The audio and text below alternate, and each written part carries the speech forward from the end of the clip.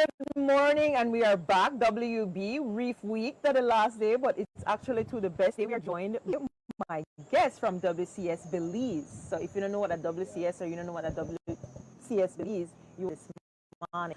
So I'm joined by Myles, Deseree, and Eden. But I want to say your name and what a WCS for our viewers and listeners. I'll go first. You'll go first, all right. I am Myles Phillips, and I am the Marine Coordinator at WCS Belize. All right. You go second. Hi, good morning. Eden Cruz, the Communications Assistant at WCS Belize. All right. And I am Desiree Arzu.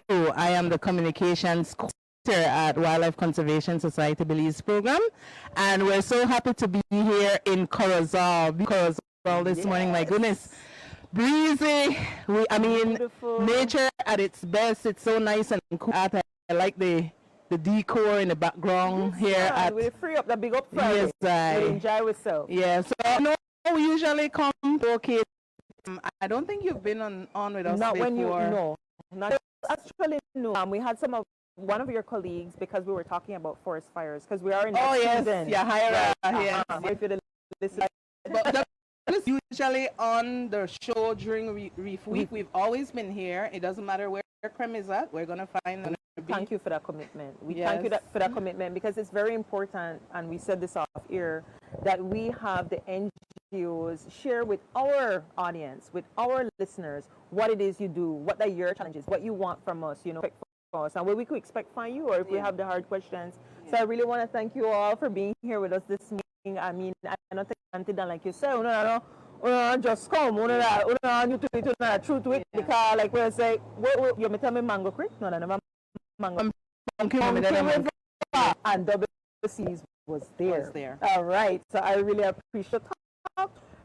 For the know, what does WCS Belize do in Belize? So first of all, like I said here, the Wildlife Conservation Society, not to be confused with World Wildlife Fund because they seem few. But we are they are stakeholders that we work with from time to time. But here for quite a while, originated back in New York, the New York Zoological Society back in 1985 at the Bronx Zoo. Now we're in 60 countries in 7 regions. Wow. Belize fits in the Mesoamerica and Western Caribbean region. So we've been in Belize doing a lot of work for over 40 years, but established an office back in the early 1980s. So we've been here doing a lot of research work for some time, both on the terrestrial and marine scene, because WCS actually is responsible for the formation of Holchan Marine Reserve, Coxcomb Basin Wildlife Sanctuary. So we have been doing a lot of good work in Belize, and we've been involved with working with communities, working with indigenous groups, working with young people. Just recently, we launched our first Maya Forest Corridor storytelling company with young people. Beautiful. We've been working with our stakeholders to train them in the SMART tool, which is a spatial monitoring and reporting tool, so that they can be more efficient in their management of protected areas. We've been working with our stakeholders to change laws like the Fisheries Amendment Bill, the Fisheries Amendment Act, which recently came into play a couple years back. So much has been going on, and we do like continuous monitoring, and Myles will talk to you more about some of the monitoring that we've done with in terms of marine monitoring, long-term atoll monitoring at Glover's Reef and Saltwater Key Marine Reserve. We're on Facebook, we're on social media. We have a new assistant who's been doing a lot of that. So, I mean, we've been here for a while, but a lot of people still don't really know what we've been doing. So we really welcome these type of opportunities to be on the media, to let people know some more about the work that WCS is doing in Belize. I could go on, but I need to make me. No, but these conversations are very important. So when you say monitoring of marine, what that means, like where you're there, you did a river, you did a creek, you did a sea, where you're there, you did a deep sea. Talk to us a bit about that, Myles. So when we're talking about monitoring, monitoring is sort of a cycle, really. When you want to conserve anything, you need to, if you're raising picnic, you have to watch them.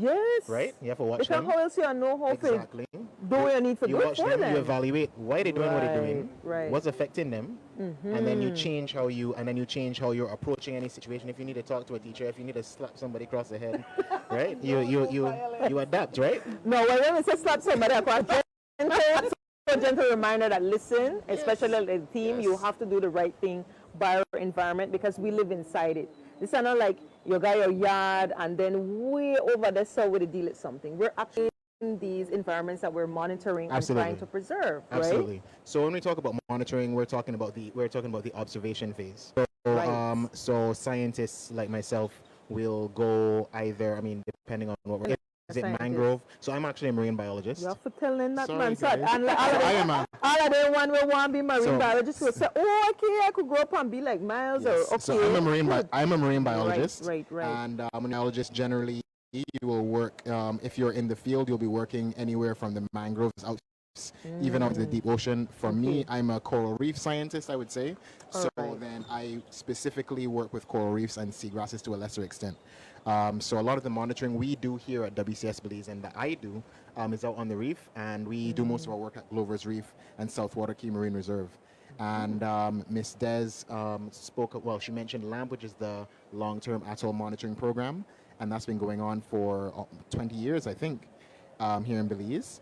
And out at Glover's Reef, we look at the condition of the coral, the fish communities, algae. And what we've been seeing over the last several years, well, this is not just in Belize, but this is across the Caribbean, is that we're seeing a shift from a high coral cover to a high cover of algae. And there's a number of theories as to why this is happening. Right. And I say theories because, I mean, science is our best guess of what's going on based on the information we can collect, right? So we have the theory, well, maybe we don't have enough parrotfish to eat the algae. Maybe there's too much pollution going into the water. Maybe we have this, maybe we have that, right? And what we do is collect information and we try to adapt, right? So that we can address these problems and by a process of elimination, hopefully do the solution. Right. And so that's the kind of thing that we're interested in. So the large atoll monitoring program is just one part of it, and as part of that, we also look at lobster and conch, because of course those are two most important fisheries in Belize, bar none, right? Exactly, and for commercial purposes, but also like you said, their population, and that's kind of the conversation we had with Marlene. Their population is about the healthier reef as well. Oh yes. Right? Oh yes. What's going on, how things stand, you know. Oh yes. Aside from that, we're right now, I mean, I don't need to tell anybody who's listening to the last couple of years have been two of the hottest years ever.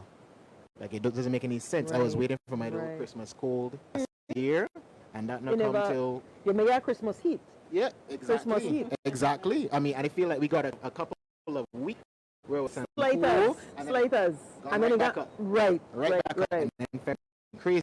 So corals have been suffering. Like, I will tell you, last year there was a point where myself and my team were out diving, and we came back up and dive, and we all said to each other, did you all feel that? Because we were 20 feet underwater looking at corals, and we could feel hot. We feel like we're in a pot, you know, and we look at our instruments, and our instruments are saying the same thing, right? Oh, wow. So the corals are really, it is scary. That is scary because you're further away from the sun, one assumes. And you think that you're underwater, you're going to feel cool, right? You're going to be shielded by that top layer of water. Not really, you know. Oh, wow. So, and that's where the coral bleaching they come in. I was just about to get to that, right? You on it, you know. I follow your various social media platforms, so more or less I have a mild understanding of what happened. But I like when you're here because I could give a deeper understanding of what's going on. He then comes in, right? Talk a little bit about your work as... I want him to finish with the... What do you think? So what you're saying about the coral bleaching is exactly right. Over the last couple of years, especially, we've been hottest years ever, and the coral bleaching has been phenomenal. And the problem with coral bleaching, it's not just directly affecting the corals. Imagine coral bleaching as something that actually weakens the corals, because when they bleach, when they release these algae that live inside them, that they actually get a lot of their food from, a lot of their nutrition from, right? They're at a stage where they're starving now, weaker immune system. So imagine now, you know, they have this crazy cold or something going around, and you're not healthy. You're not as healthy as you could be to begin. Right. Any disease, any thing that come around, you catch it, Vulnerable right? to everything. Okay, so that's what's been happening with corals, and we have this. We've had this new disease over the last, I would say, 10 years or so. The stony coral tissue loss disease, which acts really quickly. It just strips all the flesh from the coral colonies, Right. and they die very quickly, and it affects certain species more than others. But it's been spreading right across Belize. We even have it at Glover's now. Wow. And the problem with the coral bleaching is that it makes them more susceptible to So this this same new disease. which honestly they don't really have any experience with. Imagine like years ago, COVID. Right. We still have COVID now, yes, but now COVID for people vaccinated. We've got people who fought it off and lived. Right. In general, we have a greater immunity to it. Right? Oh, sorry. In general, we have a greater immunity to it as a population. People catch COVID, but they're not dying from it like before, right? Stony coral is still a very new thing on the reefs, and because of that, it's a real threat because they don't have that ability to fight it off. But Eden, as Miss Des was about to mention, has been doing a really incredible job, I think, of taking the information collect and putting it out there so that people are aware, so that people can start to have conversations about what do we do with this information, because you could have all the information in the world, And if now you don't what? do anything with it, then Absolutely right. Absolutely right. so I think I'll let Eden talk about her journey with WCS. She's actually very new with us, and she's been making a really big difference to the way that we do things.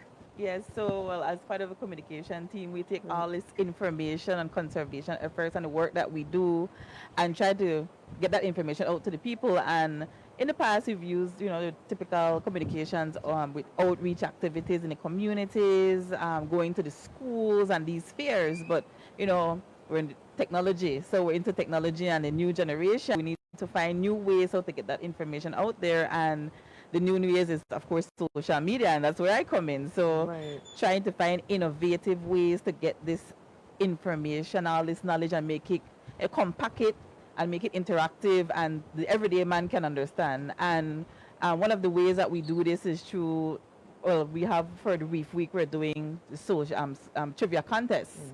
We have the trivia contest we initiate with the adults, which the deadline was yesterday at 6 p.m. So we're going to announce the winner for that today at the Reef Fair. And to engage the youths, we had we have the trivia contest. We had a TikTok video contest where we announced the winner on Tuesday, which was Miss Shani Reyes. She did a great TikTok video. I can go on her social media pages. She's right there. She did an incredible job using body makeup to engage the audience and also talk about the reef. So it was very interesting, very creative, and she won first. We have our second and third place winners also on our media. And to engage the youths, we did a digital poster competition, and our first place winner for that was Miss Noelle Canton, a 14-year-old high school student. It was very creative, and she did that digital poster. You could see that she actually drew from scratch. It wasn't something where she copied and pasted Victor images. So we saw the effort, and she definitely deserves this prize. Definitely. So again, using social media, and first we had our Facebook and Instagram and our Twitter, but on board I said, okay, we need a LinkedIn page for our international audience. Right. We have the new generation, the Gen Z, everybody's into TikTok, so we created a TikTok account. So and WhatsApp, we literally a couple weeks ago, we created a WhatsApp because everybody's using status for information. We have our WhatsApp numbers on our page at 632-6001. So feel free to add us, and you'll always get the most up-to-date information there. Join our TikTok. We want to encourage people to join WCS Belize on TikTok. And just to encourage people for Reef Week, Reef Day, we're going to post up later how you can win $50 cash by just following us. I hope you listen. Yeah, so 50 for the weekend just by following them. So one of the things we want to emphasize is that the importance of communication and communicating science, because the scientists will talk highfalutin language that the ordinary man or woman will not understand, and that's where the communication team comes in. So without communication, all this work, all this effort that our Right. organizations are putting into conserving and saving wildlife and wild places, Right. people will not know. We need to engage people, and it's not just communication. Isn't us sharing information or sharing knowledge more. Trying to work with our stakeholders or audiences Right. to do this. What are we going to do with this information that we're giving you? Are you going to join the cause? So there's a call to action. How can you help? Right. There are small things that everyone can do to help. Like this year's theme says, unite in the coral reef fight. Learn. You can learn. You Right. start researching, doing your own research, and the work that Eden does with social media encourages people to research, because Right. the trivia, you have to do your research. So to go answer win. And we've right. been doing a lot of trivia since she came on board, and it's very engaging. We've had people literally participating. I love that. Teach. So after you learn, you Right. start teaching. Right. You tell your mom, your dad, you tell your friends, you tell your co-workers, and then do. Right. So The learn, right teach, way. and do what's right. You already learn it, you're teaching it, and now you're supposed to be engaging others to do what's right. So, I mean, the theme is very timely, and like Myles mentioned earlier, the coral reef, the stony coral tissue loss disease that we're experiencing, we're highlighting that because it's getting really, it's getting worse. It's Right. getting worse, and we need more effort to help Right. help save the corals. Right. Well, I really want to thank you, WCS. This has been so informative, and I want to congratulate you, Eden, because. What? Well, that is kind of a busy day, but please not take this as No, you know, go on, we'll I'm never kidding. see you again. Like you said, you always come to KREM, and we appreciate that you always come to KREM. Definitely, we want you to always continue to come to KREM. But wonderful our some of your. I need to follow. Right, I want to follow the rest because, like you said, Myles, where you under the information. Yes, that you've monitored, but now it's a matter of sharing it with you. So please, I'm asking you. There's a fair meet with CS. That's how you participate in that. They said the $50. You can't just You can't just follow. You have to follow under that. And participate. So I want to thank you all again. Such valuable, and I really appreciate that. It's super significant, like you said. We have to know. We have to know what we could do, but also to, like you said, we hear that information and share it in a way that's accessible to everybody, right? So thank you. So we do have our that we have to take. So we're gonna take this break. But you know, for Miss WCS Belize, they're in town. There's Reef Fair. Come and get that information from them personal, and then follow all the social media platforms. WCS Belize. Thank you so much for having us. Thank you so much for coming. Thank you.